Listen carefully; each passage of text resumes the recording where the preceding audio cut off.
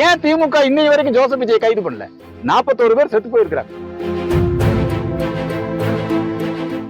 தாவேகா தலைவர் ஜோசப் விஜய் அவர்கள் திமுகவினுடைய ஊதுகுழலாக செயல்படுகிறார். திமுகவோட பினாமி தான். எப்படி கடந்த கால தேர்தலிலே திமுக ஒவ்வொரு தேர்தலுக்கும் ஒரு நடிகரை வச்சு ஒரு கட்சி ஆரம்பிக்கும். கடந்த காலத்துல கமலஹாசனை வச்சு ஒரு கட்சி ஆரம்பிச்சாங்க. இப்போ ஜோசப் விஜய் வச்சு இந்த கட்சி வச்சிருக்காங்க. ஏன்னா பொங்கல் கூட கொண்டாட நேரம் இல்லை அவருக்கு. தாவேகா தலைவர் ஜோசப் விஜய் கிறிஸ்துமஸ் கொண்டாடினார், உங்களுக்கு தெரியும் இல்லையா? ஸ்டார் ஹோட்டல்ல எல்லாத்தையும் கூப்பிட்டு கிறிஸ்துமஸ் கொண்டாடினார். ரம்ஜான் கொண்டாடினார், ஸ்டார் ஹோட்டல்ல வச்சு ரம்ஜான் இஃப்தார் விருந்து நடத்தினார். ஏன் பொங்கல் கொண்டாடல?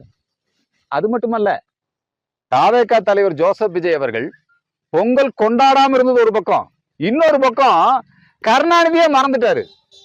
கருணாநிதி அவர் ஆட்சியில் ஒரு சட்டம் கொண்டு வந்துவார், இனிமேல் சித்திரை புத்தாண்டு இல்ல தை ஒண்ணுதான் புத்தாண்டுனாரு.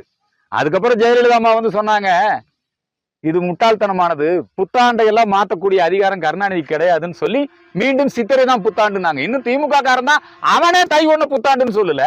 ஆனா ஜோசப் விஜய் அவர் என்னங்கிறாருன்னா, பொங்கல் நல்வாழ்த்துக்கள் புத்தாண்டு நல்வாழ்த்துக்கள்ங்கிறார். இது எப்பேற்பட்ட திருட்டுத்தனம் பாருங்க. ஆகவே ஜோசப் விஜய் வந்து திமுக என்ன சொல்லுதோ, திமுக கொள்கை என்னவோ அதைத்தான் அவர் வந்து கடைபிடிக்கிறார். நிச்சயமாக அவர் திரைப்படங்கள்ல ஜனநாயகம் தான் கடைசி படம்னு சொல்லியிருக்காரு. கிடையாது. இந்த தேர்தல் முடிஞ்ச உடனே அவர் எப்படி மக்கள் நீதி மய்யம் கமலஹாசன் அதிக திரைப்படம் அதுல எல்லாம் நடிச்சு நிறைய சம்பாதிச்சாரோ அது மாதிரி, ஏன்னா இந்த ஜனநாயகன் பட உரிமையே யாருக்கு வித்திருக்காரு? சன் டிவிக்கு தான் வித்திருக்கிறாரு.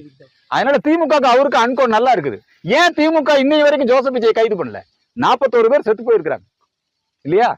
41 பேர் செத்து போன போது நீங்க ஜோசப் விஜய் குற்றம் சாட்டுறீங்க. ஏன் திமுக போலீஸ் திமுக ஜோசப் விஜய களமிறக்கி விட்டுருக்கு. ஏடிஎம்கே பிஜேபி கூட்டணி அதுக்கு போற ஓட்ட தடுக்கணும், ஓட்ட பிரிக்கணும். புரியுதுங்களா? அதுக்கு என்ன பண்றாங்கன்னா, இந்த விஜய் மூலமா அவங்க வந்து அப்படி ஒரு முயற்சியை திமுக எப்பவுமே செய்யும். மக்கள் நீதி மய்யம் மூலமா செஞ்சாங்க, இப்போ தமிழக வெற்றி கழகம் மூலமா செய்யறாங்க. அதனால இந்த ஜனநாயகன் படம் வந்து அதை வந்து இதுக்கும் மத்திய அரசுக்கு என்ன சம்பந்தம்? தமிழகத்திலே தேசிய ஜனநாயக கூட்டணி பெரிய அளவிலே வலுப்பெற்று வருகிறது.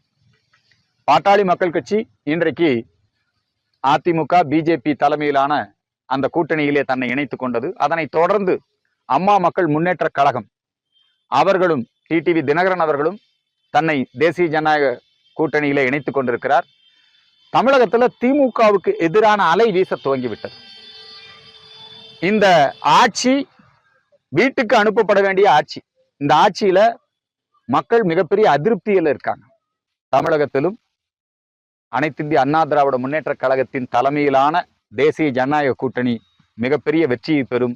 பாரத பிரதமர் நரேந்திர மோடி அவர்களுடைய வருகை மிகப்பெரிய மாற்றத்தை ஏற்படுத்தும் என்பதை இந்த நேரத்திலே தெரிவித்துக் கொள்கிறேன்.